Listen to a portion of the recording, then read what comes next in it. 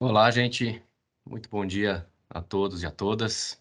Eu sou Paulo Andrade, um dos sócios da área tributária do Fialho Salles e é com muita satisfação que estamos retomando hoje o nosso Café Tributário, evento que a gente organiza periodicamente para debater atualidades tributárias com clientes, colegas, amigos e quem mais se interessa em participar. Muito embora estejamos vivendo, felizmente, né, um cenário de arrefecimento da pandemia, ainda assim a gente optou por fazer essa retomada em formato webinar, que é um formato ao qual o meio jurídico se adaptou muito bem, né? Facilita a participação de todos, não aperta tanto a agenda, né? Sem prejuízo de um debate aprofundado e interativo. Eu já, desde logo, convido todos a se manifestarem pelo chat, né? É o meio pelo qual a gente vai interagir com vocês. Qualquer comentário, qualquer pergunta, enfim, vocês vão colocando no chat. Eu vou me encarregar aqui de ir organizando essas interações para a gente ir abordando e respondendo ao longo dessa hora. Eu estou na ótima companhia aqui do meu sócio querido Marcos Ortiz. Marcão, bom dia. Bom dia, Paulo. Bom dia a todos os presentes. Satisfação recebê-los aqui para esse bate-papo. Legal. Bom, o Marcos vai ser o expositor de hoje, né? Para quem não conhece, ele é formado em Direito pela Universidade de São Paulo, mestre em Direito Tributário pela mesma universidade, foi conselheiro do CARF durante 3 mandatos sucessivos ao longo da década passada e atua aqui com direito tributário em todas as suas fronteiras, né? Bom, deixa eu contextualizar muito rapidamente o tema. Em setembro do ano passado, o STF julgou o tema 962 da repercussão geral, julgou em setembro e agora, há poucos dias, integrou o seu julgamento, né, com o acórdão dos embargos de declaração. Enfim, um julgamento super conhecido, super aguardado por todos, né? E nessa oportunidade o Supremo decidiu que não incidem juros, não incidem imposto de renda da pessoa jurídica e contribuição social sobre o lucro, sobre os juros Selic acrescidos ao indébito tributário repetido ao contribuinte, né? Fazendo uma rápida digressão aqui, a partir de 2008, quando foram introduzidos no CPC antigo, né, os mecanismos os institutos de repercussão geral, recurso repetitivo, institutos esses que foram aprimorados e aprofundados com o CPC de 2015, o ordenamento jurídico brasileiro como que entrou no que a doutrina chama de sistema de precedentes, né? Que é um sistema que até nos aproxima aos regimes de common law, né? Nos quais a jurisprudência passa verdadeiramente a ditar regras, né? E a orientar o contribuinte, né? Isso em direito tributário foi sentido de maneira muito marcante aqui nas nossas rotinas, né? O contribuinte hoje, ele define as suas posturas, as suas orientações, não mais lendo apenas o diário oficial, mas acompanhando o que se passa nos julgamentos dos órgãos de cúpula, né? E nesse cenário, assim, eu acho que o grande desafio do advogado tributarista, e consequentemente a grande virtude, é justamente a capacidade de enxergar para além daquele caso que está sendo julgado na Corte Superior, né? Para poder extrair daquele julgado ilações e considerações que possam orientar o seu cliente para outras situações parecidas ou similares que tenham sido o objeto daquele julgamento. E é exatamente esse o exercício que a gente vai fazer hoje em relação ao tema que eu mencionei há pouco. Então, sem mais introduções, sem mais perda de tempo, Marcão, o microfone é seu. Obrigado, Paulo.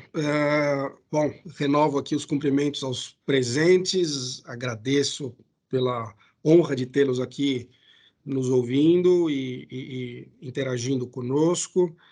É de fato um prazer. Nós, como o Paulo antecipou, nós selecionamos para a conversa de hoje um debate em torno do julgamento, como o Paulo mencionou, de setembro do ano passado, no Supremo Tribunal Federal, a respeito da tributação ou não tributação dos juros Selic acrescidos ao indébito tributário por meio de IRPJ e CSLL. E a ideia é interpretar o que foi decidido e especular para fora do círculo da decisão, no sentido de projetarmos efeitos ou antevermos contenciosos novos a partir daí. Muito bem. Então, o tema 962, quer dizer, a tese fixada, aí já eu vou adentrando no assunto propriamente dito, né, está aí exposta, quer dizer, o Supremo afirmou a inconstitucionalidade da incidência, tanto do IRPJ quanto da CSLL, sobre a Selic somada ao principal repetido ao contribuinte.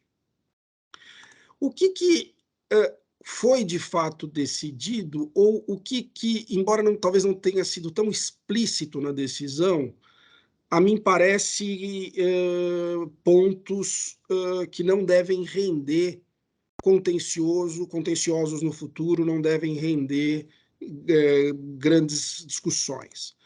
Bom, primeiro, me parece que a decisão ela é indiferente quanto à esfera a qual o tributo diga respeito, né? Nós sabemos que no âmbito federal a Selic é o critério né, estabelece os juros de mora na repetição do indébito tributário, mas há o mesmo indicador aplicável a tributos estaduais e, eventualmente, também municipais, e não sendo a decisão restritiva com relação a tributos federais, nada, na minha visão, justifica que o intérprete faça essa restrição, estabeleça essa limitação. Então, parece-me que esse é um ponto bem resolvido.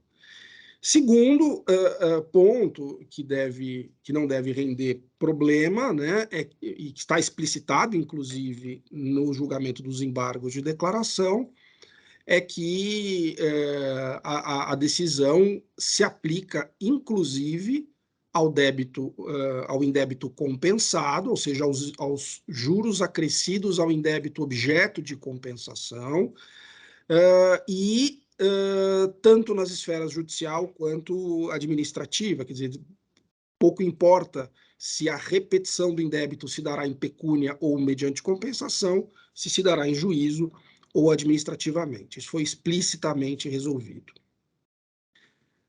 Me parece também, embora a decisão não faça menção expressa, que, como sabemos nós, os juros de mora acrescidos no último mês em que se efetiva a compensação ou o pagamento em dinheiro, ele não é mensurado pela Selic, até porque no mês em que a efetivação ocorre, não há divulgação, não há taxa ainda estabelecida, então a legislação federal prevê 1% naquele mês. Me parece que, assim, embora não seja uma questão ou um ponto explícito na tese, não creio que isso vá gerar qualquer tipo de transtorno. E, finalmente, foi estabelecida, por provocação da Fazenda Nacional ao ensejo desses embargos de declaração, a modulação de efeitos da tese, né? E com relação à modulação de efeitos, aí acho que vale a gente fazer uma rápida, abrir um rápido parênteses aqui. O que se definiu especificamente a propósito deste aspecto? Primeiro, definiu-se que a data a partir da qual os contribuintes estariam dispensados de efetuar o recolhimento do IRPJ e da CSLL sobre os juros, Selic, seria a data de publicação do resultado do julgamento no dia 30/9 do ano passado. Não obstante, o Supremo também definiu que a União estabeleceu uma interdição à cobrança de valores que, porventura, não tenham sido recolhidos até então. Então, na prática, em relação a pagamentos de obrigações que não tenham sido efetuados até aqui, na realidade, o que se tem é uma dispensa tanto para o período anterior ao da publicação do resultado do julgamento, quanto para o período posterior. A União está impedida de cobrar de quem quer que seja, na eventualidade de, mesmo antes de 30/9 de 2021, o contribuinte ter deixado de efetuar o pagamento. Essa foi uma referência no julgamento dos embargos de declaração a um incidente de resolução de demanda repetitiva do TRF da 4ª Região. O TRF já havia por meio de uma demanda, um incidente de demanda, resolução de demanda repetitiva, definido essa inconstitucionalidade no âmbito, né, local. E o Supremo, em prestígio, sobretudo a isso, decidiu que os contribuintes que porventura tivessem obedecido ou se fiado no que decidiu, por exemplo, o TRF da 4ª Região, e suspendido o recolhimento do IR da CS sobre os juros de mora, estariam agora dispensados de efetuar esse recolhimento, ainda que anterior à data em questão. Em relação à restituição, né, de valores porventura recolhidos a título de RCS sobre os juros Selic, previu o Supremo a data de início do julgamento, 17/9, como aquela que determina o parâmetro, né, no sentido de que ações judiciais propostas anteriormente a esse marco temporal conferem ou estão preservadas para conferir aos seus autores o direito à repetição do que recolhido indevidamente a esse título. Então, é preciso, para que haja um direito pleno à restituição, que a ação tenha sido intentada do dia 17/9 do ano passado para trás. Essa regra de restituição, inclusive, Marco, não sei o que você pensa, mas me parece um pouco incongruente, porque ela vai na contramão da lógica da modulação, que é premiar os precavidos, né? Premiar o contribuinte que foi diligente, que tomou uma iniciativa antes dos demais, né? E aqui, nesse caso, é meio que o contrário, né? O contribuinte que, diante de um cenário ainda incerto, optou conservadoramente por recolher o tributo, não consegue mais, quer dizer, não vai poder repetir. Mas quem deixou de pagar, quem assumiu o risco, ainda com o cenário pré-julgamento do leading case, de deixar de pagar, fica dispensado, quer dizer, não vai ser cobrado agora. Parece uma incongruência. Sem dúvida. Muito bem. E aqui, quer dizer, essa aqui é a agenda do que a gente de fato vai enfrentar aqui nessa conversa, que é especular e analisar em conjunto com vocês aspectos que não são explícitos na decisão do Supremo Tribunal Federal ou que, a nosso ver, podem render discussões ainda pela frente. A primeira delas é a expansão da discussão para a tributação de juros moratórios de outras naturezas, que não estejam diretamente vinculados à repetição do indébito tributário, né? E o mais relevante dessas considerações diz respeito aos juros moratórios decorrentes de ilícitos, sobretudo contratuais. Depois, o tratamento dos juros que são acrescidos aos depósitos judiciais, né? O Supremo afirmou ao julgar, e essa é uma questão também explícita, afirmou ao julgar os embargos de declaração que a sua decisão não dizia respeito ou não alcançava ou não disciplinava o tratamento dos juros somados aos depósitos judiciais e retornados ao contribuinte vencedor da demanda por ocasião do trânsito em julgado. E, finalmente, o último aspecto do qual a gente vai tratar é as repercussões desse julgamento com relação a outras espécies tributárias ou a regimes fiscais não expressamente enfrentados ou escrutinados pelo Supremo Tribunal Federal nesse julgamento. Muito bem. Para a gente falar de juros moratórios, adianto que dos temas que eu listei no slide anterior é, sem dúvida, o mais importante.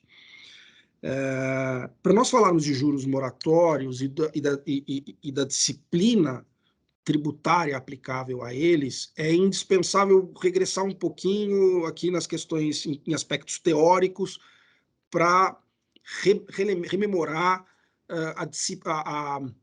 o regime jurídico aplicável às indenizações de uma maneira geral.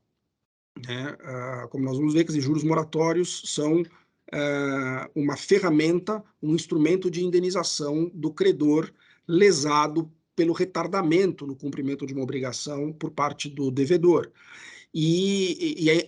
Como eu dizia, indispensável alocar os juros moratórios no contexto do regime tributário das indenizações para que a gente possa extrair conclusões válidas a respeito do que nós nos propomos aqui.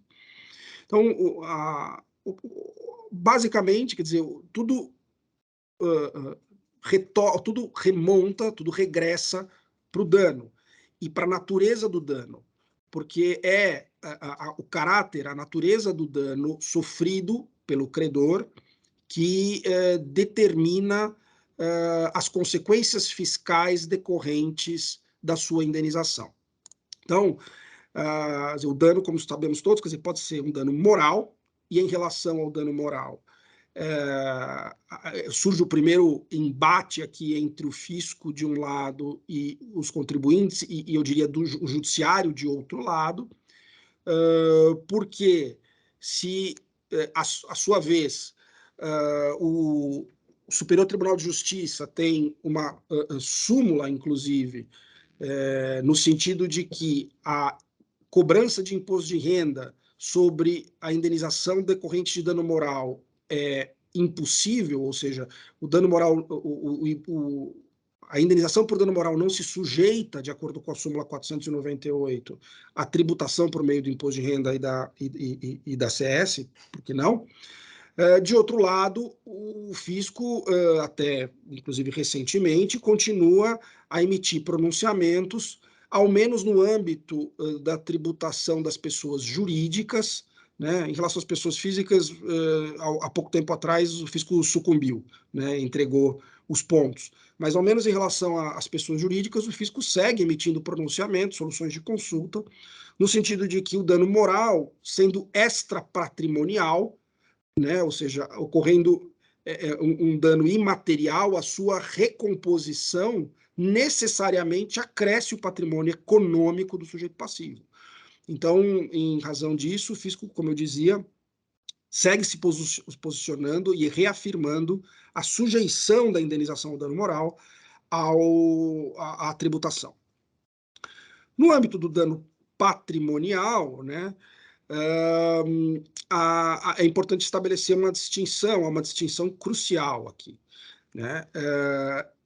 De um lado, a legislação civil admite a indenização por lucros cessantes, vale dizer, aquilo que o lesado deixa de auferir de rendimento, de renda, de proveito em decorrência do dano experimentado, né? Então, se nós pensarmos numa transportadora que tem, por exemplo, um caminhão seu abalroado na estrada por culpa de terceiro, né?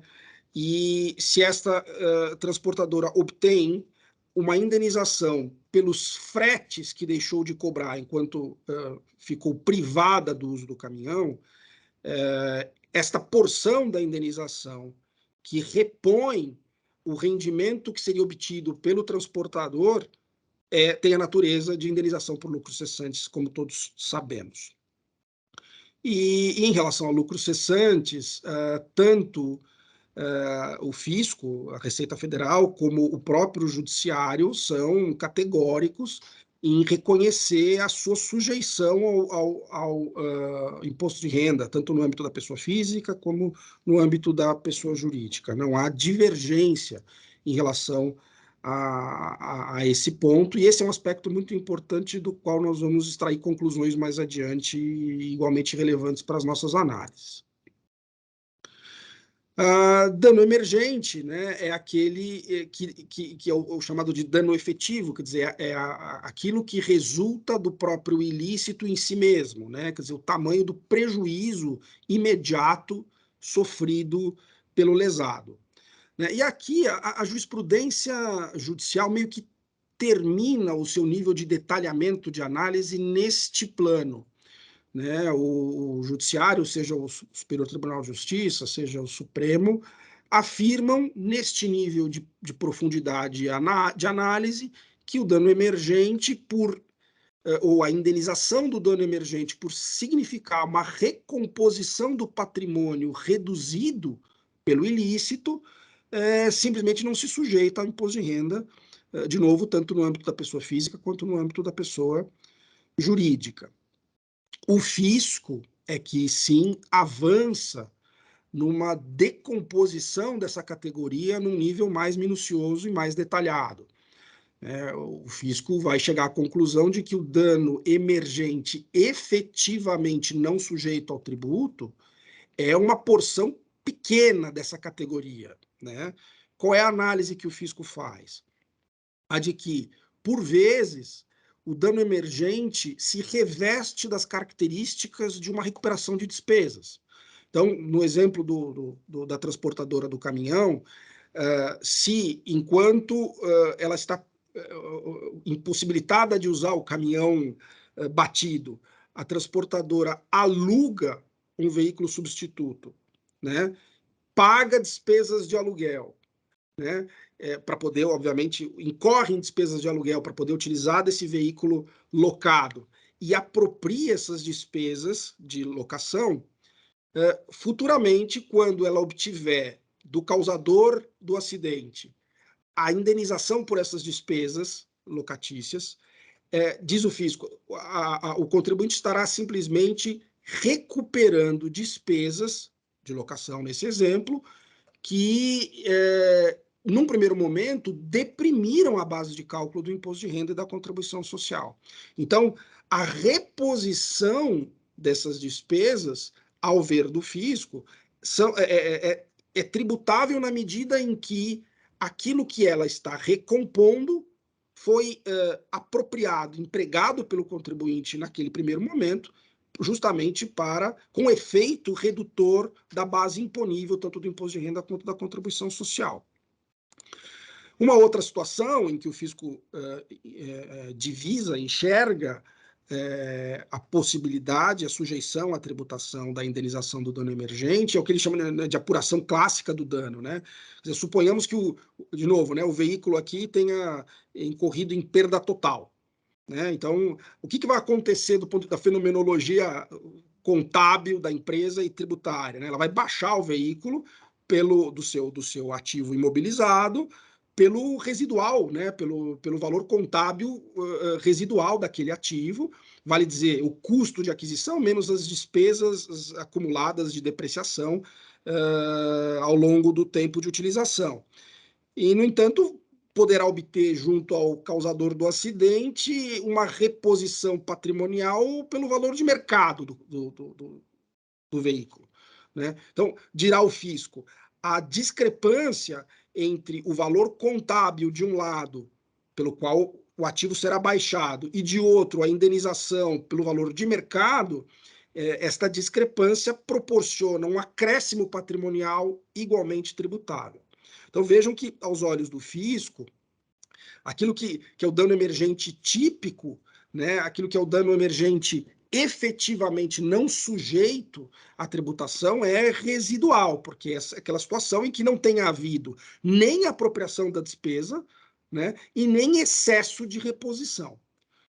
Muito bem, então esse é o cenário teórico a partir do qual a gente vai começar a enfrentar aqui a questão dos juros, né? Uma rápida pincelada ainda a respeito da categorização dos juros no sistema brasileiro, né, no sistema legislação civil, né, eu diria. Eles se dividem, né, uma divisão natural aqui, primeira e fundamental, entre juros remuneratórios de um lado e juros moratórios do outro, né? O juro remuneratório é o juro que advém da cessão consentida do capital a terceiro, né? É o juro que remunera o mutuante, né? Quer dizer, ele se descapitaliza voluntariamente em favor de terceiro e obtém uma remuneração por isso, né? Artigo 591 do Código Civil. De outro lado, os juros moratórios são uma reposição, portanto, uma indenização por uma privação não consentida do capital alheio. Portanto, decorre a causa jurídica que dispara o surgimento né, o nascimento da obrigação de pagar juros é o ilícito cometido por uma das partes, né, no âmbito contratual ou no âmbito extracontratual. No âmbito da regulação tributária desse assunto, né, tanto para fins de imposto de renda quanto de contribuição social sobre o lucro líquido, né, tudo isso se resume ou se reduz a um dispositivo legal, depois desdobrado em regulamentos, instruções, normativas, etc., mas a raiz normativa de hierarquia legal está no artigo 17 do Decreto-Lei 1598, que fala, sinteticamente, que os juros se incluem no lucro operacional da pessoa jurídica. Percebam que é um dispositivo indistinto ou indistintivo, que não especifica a que juros exatamente ele se refere, se a moratórios, se a remuneratórios, ou se às duas categorias. Né? O fisco extrai daí, sempre extraiu daí, o entendimento de que a norma aludiria a qualquer natureza de juros, inclusive, portanto, aos indenizatórios, ou seja, aos moratórios. Muito bem, e aí a gente começa a enfrentar ou a olhar aqui para a construção jurisprudencial em cima desse tema. Né? Esse é um trecho de um acórdão do Superior Tribunal de Justiça de 2012, que desde então vem pautando o entendimento da primeira sessão, tanto de uma turma quanto da outra, a propósito desse tema desde então. Né? O que o STJ conclui nessa ocasião? Primeiro, que os juros de mora têm caráter indenizatório e que essa sua natureza não é determinada pelo caráter ou pela natureza do principal a que os juros são acrescidos. Então, eles são sempre indenizatórios, pouco importando que sejam somados a uma verba de caráter remuneratório, como, por exemplo, o salário de um empregado. Quer dizer, a empresa que paga o empregado com atraso e está obrigada a acrescer juros a essa remuneração, está indenizando, na parcela correspondente aos juros, o seu colaborador. Segundo, e esse é o aspecto mais sensível da discussão toda que a gente vai ter, a função, de acordo com o STJ, dos juros remuneratórios é recompor lucro cessante do credor. O que o STJ vai dizer é que o indenizado está obtendo a recomposição por aquilo que ele deixou de ganhar pelo emprego do capital de que foi privado. Então, o propósito, a razão de ser da exigência normativa de que o devedor em mora pague juros ao credor é o de evitar que o credor seja privado dos lucros ou dos resultados que ele auferiria por meio do emprego do recurso. De novo, esse é um aspecto importante ao qual a gente vai retornar já já. E justamente porque se trata de lucro cessante, né, se nós regressarmos para aquele diagrama que a gente acabou de percorrer, é justamente porque se trataria, na visão do STJ, de lucros cessantes, que, ao ver da Corte, os juros de mora de qualquer espécie se sujeitariam, regra geral, tanto ao imposto de renda da pessoa física, como ao imposto de renda da pessoa jurídica, né, em se tratando de pessoa jurídica, o credor. De maneira que as hipóteses de não sujeição dos juros de mora à tributação pressuporiam a existência de regras isentivas expressas. Então, a normativa geral seria a tributação, dada a natureza dos juros, e as exceções é que seriam explícitas ou deveriam ser explícitas e enunciadas pela legislação em caráter particular. Então, o STJ refere, por exemplo, a uma regra da Lei 7713, de 88, segundo a qual a indenização decorrente da rescisão do vínculo de emprego é isenta. Bom, aí o STJ vai dizer, bom, se a indenização decorrente da ruptura do vínculo de emprego é isento, então os juros, como tem natureza de indenização, são isentos também. Ou, dirá o STJ, existe na visão da corte, poder-se-ia falar numa espécie de isenção indireta dos juros quando a verba principal, a que eles são acrescidos, é por si não sujeito ao tributo, isenta. Então é o que o STJ chama de isenção indireta nesse caso. Quer dizer, os juros receberiam o tratamento de não sujeição simplesmente por serem acessórios de um principal igualmente não sujeito ao tributo.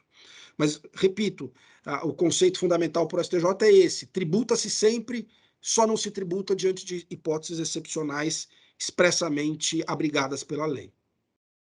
Tributa-se sempre, insisto, porque a catalogação é como lucro cessante. Exato, exatamente.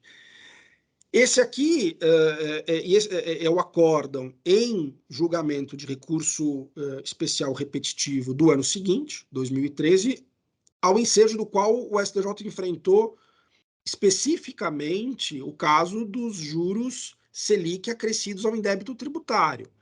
E, como era de se esperar, dada a premissa teórica de que a corte partia, né? Concluiu-se que esses juros estão sujeitos à incidência do IR e da CS. Novamente, se são indenização por lucros cessantes, a consequência me parece inexorável.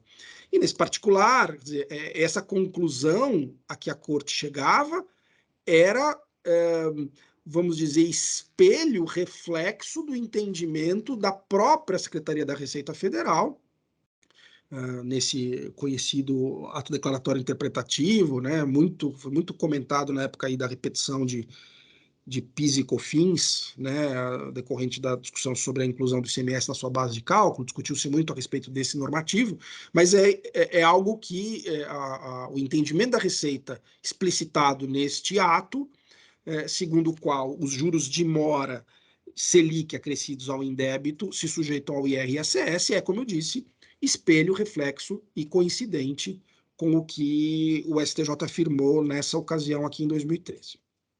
Muito bem, esse era o cenário da matéria até março do ano passado, né? Em março do ano passado, o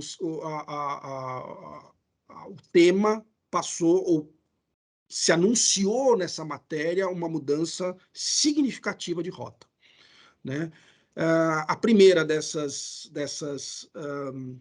estocadas, vamos dizer, no que se tinha até então, veio por ocasião do julgamento desse recurso extraordinário 855.091 em março de 21, ocasião em que, examinando a hipótese de imposto de renda da pessoa física, mais especificamente do pagamento de juros de mora em decorrência do atraso no adimplemento da remuneração de empregados, a corte concluiu que a verba, os juros, não se sujeitavam ao tributo, né? E isso foi um prenúncio, como eu dizia, daquilo que veio poucos meses depois, em setembro, né, ocasião em que a corte se debruçou agora sobre, no âmbito da tributação da pessoa jurídica, olhando especificamente para a Selic somada ao indébito tributário, na restituição do indébito ou compensação, como dizíamos. Então, esse é o instante, ou esse é o marco temporal em que a gente começa a enxergar uma mudança significativa de contexto. O que mudou? Onde está a mudança? Vamos situá-la, né? Primeiro, embora profunda, a alteração decorrente do entendimento estabelecido pelo Supremo Tribunal Federal, nesses dois precedentes a que eu me referi, não modifica aquele fluxograma básico do regime tributário das indenizações que nós vimos minutos atrás. O Supremo não está em nenhum momento refazendo vamos dizer, ou repropondo uma tributação distinta dentro daquele esquema que eu expus anteriormente a vocês. O que acontece, efetivamente, é uma requalificação jurídica da verba específica correspondente aos juros de mora. O que o Supremo faz, tanto ao julgar o primeiro caso envolvendo pessoa física e remuneração do vínculo empregatício, como no segundo, ao julgar os juros decorrentes da repetição do indébito tributário, é requalificar a natureza jurídica desta específica verba, desta específica quantia, né? Em que sentido? No sentido de recusar que se tratasse de juros, de indenização por lucro cessante, como vinha sendo até então a visão do Superior Tribunal de Justiça no assunto, e atribuir a essa mesma importância, doravante, a natureza de indenização por dano emergente. Quer dizer, as caixinhas continuam as mesmas. O que está mudando, na visão do STF, é o juros está sendo deslocado de uma caixinha para outra. É exatamente isso. Quer dizer, sai da caixinha, como você falou bem, dos lucros cessantes, por natureza tributáveis, como eu expus anteriormente, e desloca-se para a caixinha do dano emergente. E como eu também disse mais cedo, como no judiciário a análise cessa nesse nível de profundidade da investigação, o fato de se reconhecer aos juros de mora o caráter de indenização por dano emergente é o que basta para que eles não se sujeitem à tributação. Então, o Supremo se contenta nesse nível, quer dizer, não chega naquela riqueza minuciosa de detalhes que a Receita, geralmente, de que a Receita se utiliza para estabelecer as suas conclusões, e parando uma etapa acima, né, nessa análise, conclui que isso é o bastante para que de tributação não se possa cogitar. E então, para resumir, Marcão, só para resumir a ideia para o pessoal, quer dizer, o Supremo continua dizendo que lucro cessante tributa e continua dizendo que dano emergente não tributa, né? O que mudou é que agora ele enxerga que o juro moratório, que era enquadrado como lucro cessante, agora enquadra como dano emergente, né? Exatamente isso. E em que o Supremo se baseia? Qual é a afirmativa? Ou qual é o racional por trás dessa conclusão?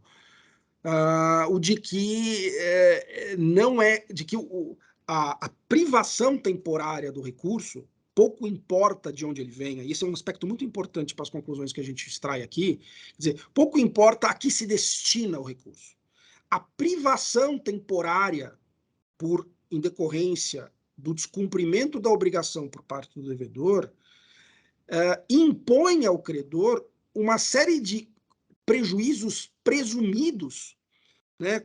Seja com a contratação de empréstimo, com a postergação do cumprimento das suas próprias obrigações, com a necessidade de comprar a prazo e pagar mais caro por isso, enfim, o Supremo menciona exemplificativamente nos dois julgados uma série de pressupostos prejuízos que adviriam para o credor e conclui que os juros têm a função de, por estimativa, indenizá-lo por esses prejuízos. E dirá, para que se qualificasse os juros moratórios como hipótese de indenização por lucro cessante, como vinha sendo até então, teria que se presumir que o credor, não fosse o inadimplemento, receberia o recurso e aplicaria esse recurso no mercado financeiro na íntegra, e por todo o período de duração desse inadimplemento ou deste atraso. E conclui o Supremo, isso não é razoável, isso não é crível, né?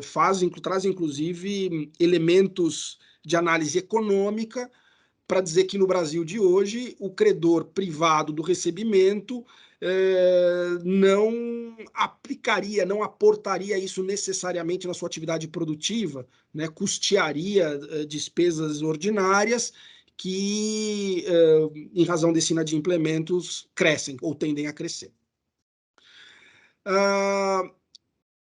Mais uma vez, o Supremo reafirma que a natureza da verba principal subjacente aos juros é irrelevante para definição ou para determinação da natureza dos próprios juros, né?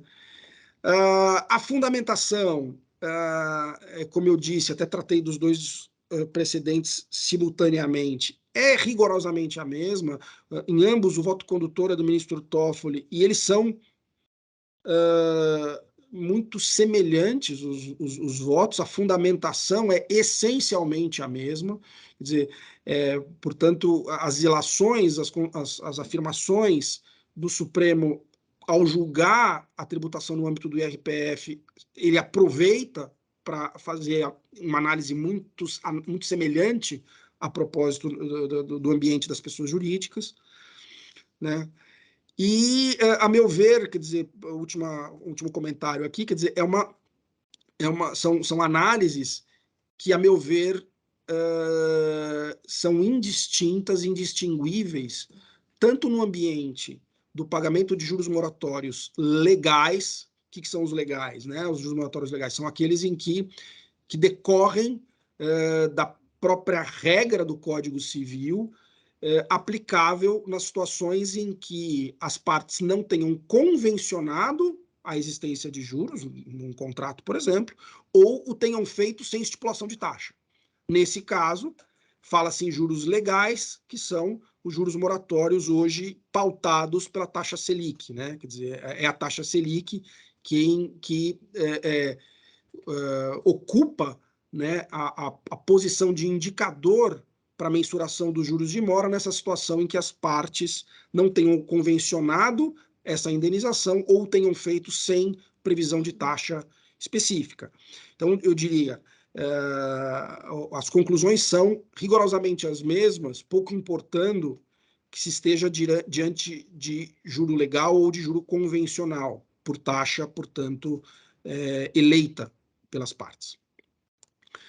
Dito isso, a conclusão me parece perfeitamente possível aqui, é a de que se o Supremo resolveu da mesma maneira, né, o contencioso envolvendo verbas trabalhistas e indébito tributário, e o fez recorrendo a fundamentos teóricos análogos, nada autoriza, a meu ver, que outras questões envolvendo igualmente a sujeição de juros moratórios à tributação não mereçam ser equacionadas desde a mesma perspectiva, desde as mesmas premissas teóricas. Então, eu diria, o ressarcimento de tributos, por exemplo, que é uma categoria análoga, porém não exatamente equivalente à da restituição do indébito. Estou falando aqui de crédito escritural, por exemplo, que nós sabemos que nas situações em que o fisco objeta a utilização do crédito escritural por meio de um obstáculo depois afirmado ilegal, o contribuinte nessas circunstâncias tem direito ao acréscimo de juros moratórios a esse crédito escritural. A jurisprudência dirá, ele se converte, né, numa espécie de indébito. Então, não vejo por que, embora, repito, o Supremo não tenha tratado do assunto na tese que estabeleceu, não vejo por que a Selic, no acréscimo, né, ou na remuneração de tributos ressarcidos, créditos escriturais, por exemplo, venha a ter um tratamento distinto. Como não vejo justificativa para que a conclusão em relação aos juros moratórios contratuais, algo que é especialmente sensível em alguns segmentos da economia, que recebem tradicionalmente com atraso e tudo mais, não vejo razão para que, neste ambiente, a conclusão esperada do judiciário seja em sentido distinto. Significa que temos aí a primeira boa oportunidade, né, que a gente pode construir a partir do precedente, né? Sem dúvida. Essa era a mais, eu diria, mais importante das considerações, dos temas da nossa agenda, e seguramente também a mais demorada, porque exigia essa reflexão aqui em relação a algumas questões teóricas, e com isso eu encerro essa primeira parte. Agora a gente avança para outras análises que me parecem um pouco mais breves. A primeira, né, imediata, diz respeito ao tratamento que se deve dar aos juros somados ao depósito judicial, né? Como o Supremo consignou ao julgar os embargos de declaração da Fazenda Nacional no leading case, esse de setembro do ano passado, a propósito das pessoas jurídicas, ele não decidiu naquela ocasião acerca desta hipótese em particular. Então, o Supremo não disse que não decidirá, disse que não decidiu, né? Disse que a questão não foi submetida a ele e que, portanto, o seu pronunciamento não diz respeito a essa matéria. Então, o que é importante entender é que o que segue prevalecendo até o momento, ao menos, nessa matéria, ainda é o entendimento vigente do Superior Tribunal de Justiça a propósito. E o que diz o STJ? Aliás, no mesmo acórdão que eu citei anteriormente, uns slides atrás. O STJ vai dizer, olha, aqui a tributação dos juros se justifica não porque eles sejam lucros cessantes, não porque eles sejam indenizatórios, mas porque no caso dos juros, especificamente dos juros restituídos, né, ao contribuinte que levanta o depósito judicial, eles teriam natureza ou se aproximariam muito mais dos juros com caráter remuneratório, né? O STJ se apega, né, à voluntariedade do depósito judicial e ao fato de que é uma opção do contribuinte realizá-lo como condição para obter a suspensão da exigibilidade do tributo ou para garantir uma obrigação e etc. Quer dizer, algo que parte do contribuinte, uma opção dentre aquelas que ele tem para lidar com a exigência tributária, para concluir que esses juros teriam natureza remuneratória. Então, aqui, quer dizer, e aí me parece, já externo aqui rapidamente a minha visão, acho que o debate em torno da não sujeição dos juros do depósito judicial aos tributos ou acrescidos ao depósito judicial é um debate mais difícil para os contribuintes, é uma pretensão muito mais complicada, porque não basta teria que, na verdade, nós teríamos que progredir em relação ao entendimento do STJ como que 2 degraus. Quer dizer, eu tenho que sair da catalogação de juros remuneratórios para entrar numa catalogação de juros indenizatórios, moratórios, e no âmbito dos moratórios, rejeitar que se trate de cessante, lucro cessante, e sim de dano emergente. O que me parece, repito, um passo largo e que eu vejo com algum ceticismo em relação aos desdobramentos que deve ter daqui por diante. Pelo que eu tenho observado, decisões em segunda instância na Justiça Federal, na sua maioria, têm, quando atentam para a especificidade do assunto, por vezes passam ao largo desse detalhe, mas quando atentam para a especificidade do assunto, têm, na sua maioria, se perfilhado ao que o STJ fixou nesse precedente aí. Marcão, bem na linha do que você está dizendo, me chama a atenção uma passagem do voto do Toffoli nos embargos de declaração recém-julgados, né? Porque essa questão do depósito foi endereçada nos embargos, né? Foi no julgamento dos embargos de declaração em que o STF disse, como você comentou, que, olha, esse precedente não trata de depósitos judiciais, não estou dizendo nada a respeito dele. Mas, ao ensejo de dizer isso, como é que o Toffoli introduz no seu voto essa conclusão? Ele diz, olha, aqui não trata de depósito judicial, porque aqui esteve em jogo a hipótese de acréscimo de juros moratórios, e aí ele grifa juros moratórios, como a dizer, olha,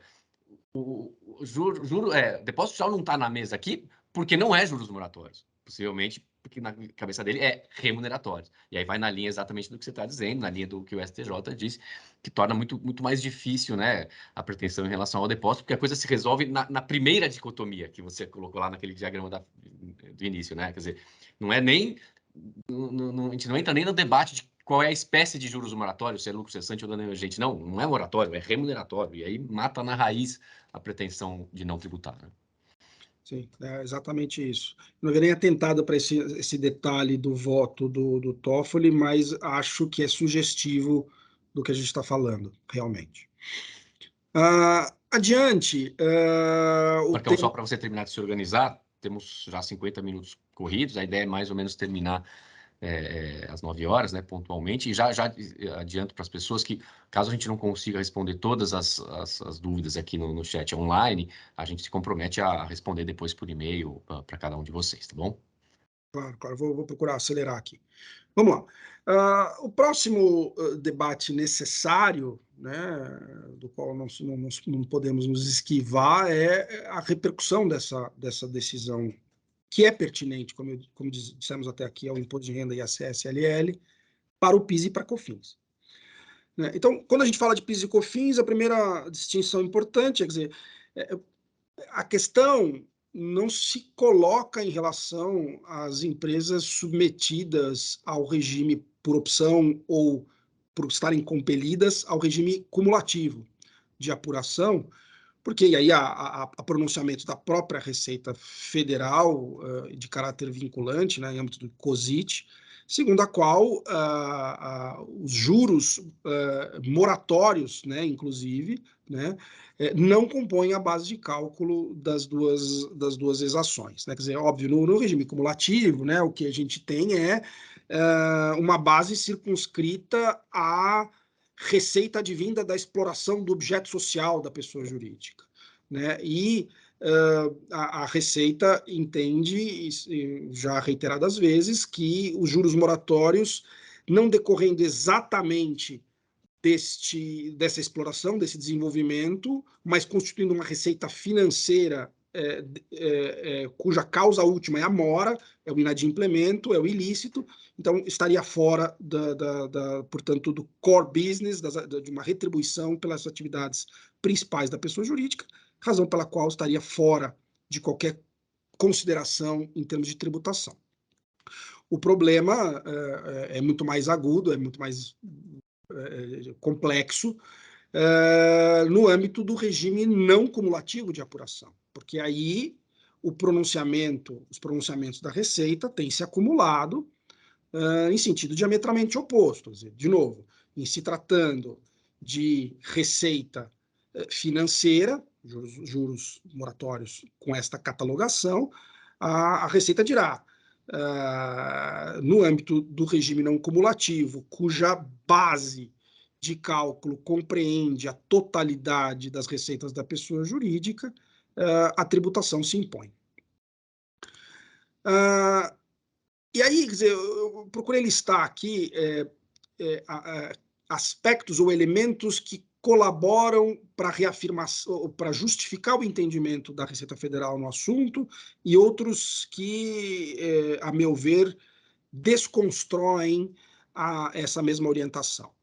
Então, o entendimento da Receita está baseado, como eu disse anteriormente, no pressuposto de que a base no regime não cumulativo é a totalidade das receitas. Né? Então, qualquer natureza de receita compõe a base imponível de PIS e de COFINS nesse mecanismo, nesse sistema. O segundo aspecto que sensibiliza o fisco é o de que, se a base de cálculo é a receita,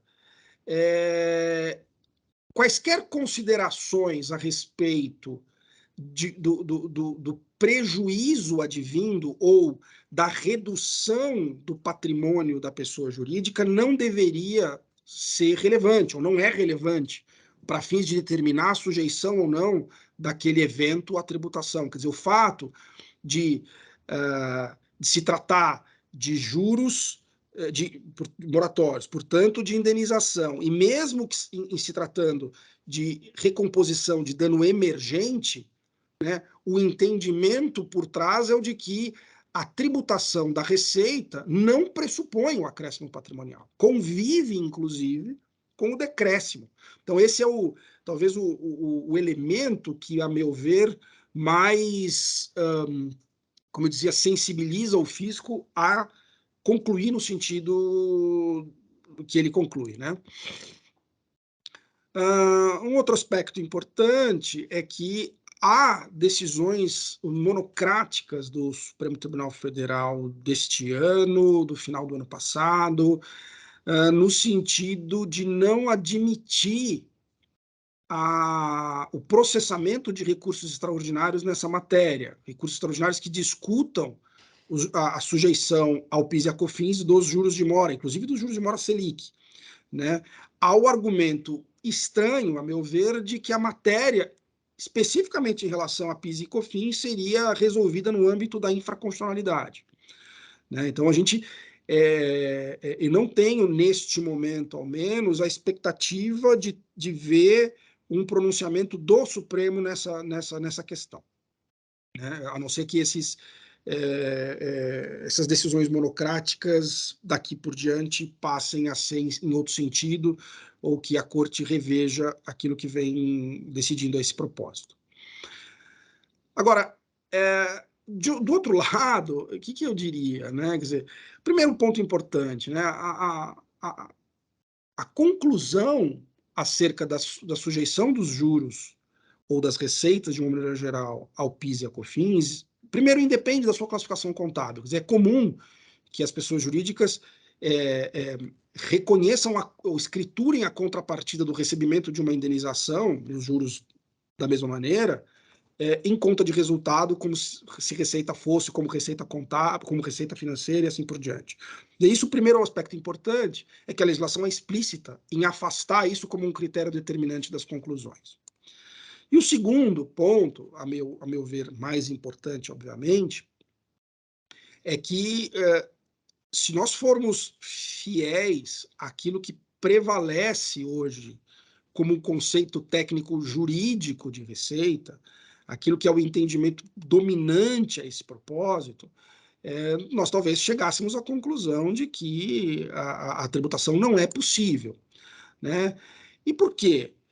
Porque um dos diversos elementos fundamentais à categorização desse instituto, a Receita, é de que ele é, primeiro, necessariamente contraprestacional, né? A Receita é o proveito obtido pela entidade do emprego do seu capital humano, do seu capital financeiro, dos seus esforços, etc. Ela é retributiva, né? E a indenização, qualquer que ela seja, e no caso dos juros da mesma maneira, não é retributiva de nenhum empenho, seja ele patrimonial, seja ele humano, né?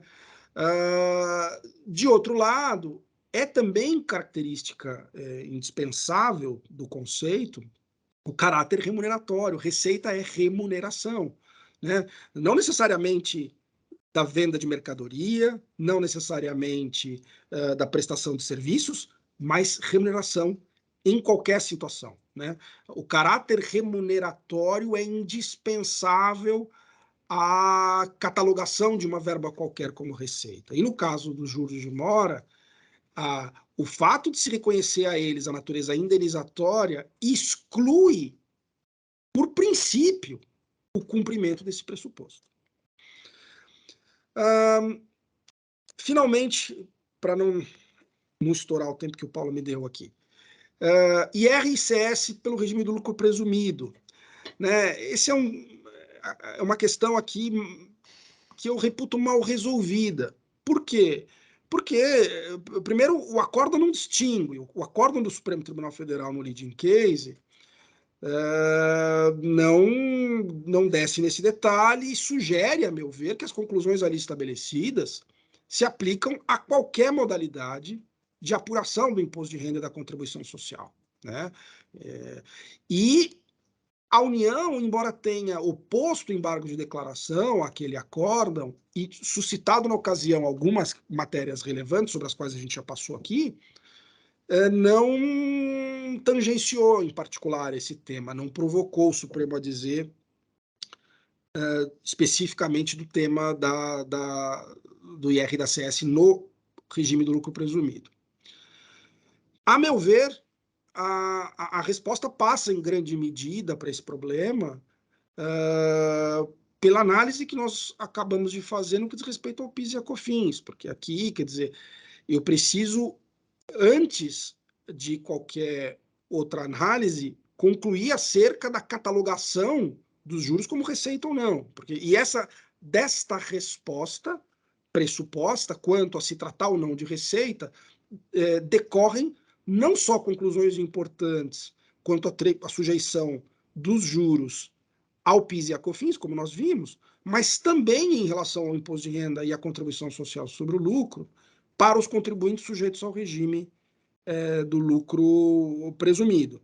Basta lembrar que, até pouco tempo atrás, né, há aqui uma solução de consulta de 2018, em que a Receita conclui que, para as empresas que estão no lucro presumido, né, os juros de mora são alocados na categoria de outras receitas ou de demais receitas. Portanto, não se submetem à tributação passando pelo crivo do percentual de presunção da atividade, né? Entram na base cheios, sem qualquer presunção. Aliás, esse entendimento, né, é coerente, ao menos, com aquele que eu mencionei do próprio fisco, a respeito da não tributação por PIS e COFINS de quem está no regime cumulativo de PIS e COFINS, né? Porque da mesma maneira que quem está no regime cumulativo de PIS e COFINS não tributa juros de mora, porque esses juros de mora estão à margem da atividade principal da pessoa jurídica, no âmbito do imposto de renda e da CS pelo lucro presumido, esses juros deixam de ser tratados como proveito da atividade operacional e são tratados como receita marginal, portanto, tributados sem prévia sujeição aos percentuais de presunção.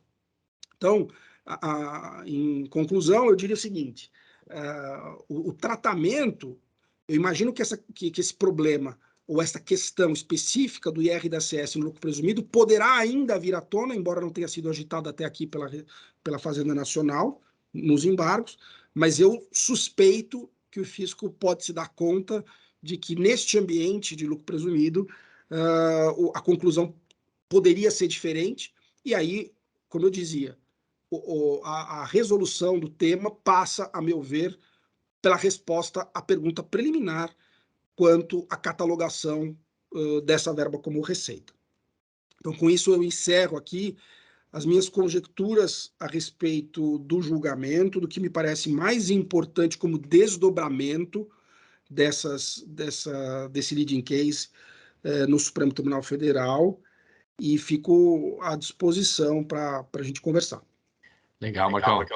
A Letícia pede para a gente comentar um pouquinho sobre como é que fica a Selic no caso de saldo negativo de RCS. Então, boa pergunta. Continuam me ouvindo? Continuam, né? Então, a Selic no saldo negativo tem a mesma natureza de juros moratórios, né? É uma boa colocação. Talvez eu pudesse ter acrescentado naquela caixinha de ressarcimento de tributos o saldo negativo também. Letícia, eu não vejo como o saldo negativo nada mais é... É um débito. Ele é um indébito especial no sentido de que ele não decorre de uma cobrança maior, né? Quer dizer, no momento em que ele é formado, normalmente aquele pagamento é devido, né? Os sistemas de antecipação, por exemplo, do imposto de renda anual, né? Ele se torna indevido a partir do momento em que se apura em definitivo a base do tributo e dali em diante o que se tem aí sim, a obrigatoriedade de restituição do que foi arrecadado a maior. Então, parece-me que ali a situação é a mesma, juros moratórios, portanto, sujeição ao precedente do Supremo. Eu acho até que o caso eu ouso dizer que o caso do saldo negativo está na própria tese. Acho que ele se resolve na própria tese fixada pelo Supremo e não antevejo essa questão como uma discussão paralela, como uma tese satélite. Me parece que ela Perfeito, se subsume à tese já resolvida. perfeito. Concordo muito. Bom, gente, já estouramos aí em alguns minutinhos do nosso tempo. Marcão, agradecer demais a exposição. Espero que todos tenham gostado tanto quanto eu. E queria, enfim, em nome do escritório, da área tributária do Fialho Salles, agradecer a presença de todos. Foi uma grande satisfação para a gente poder retomar esse nosso evento e que seja aí o primeiro, certamente será uma retomada aí, um primeiro de outros que faremos aí num horizonte razoavelmente próximo.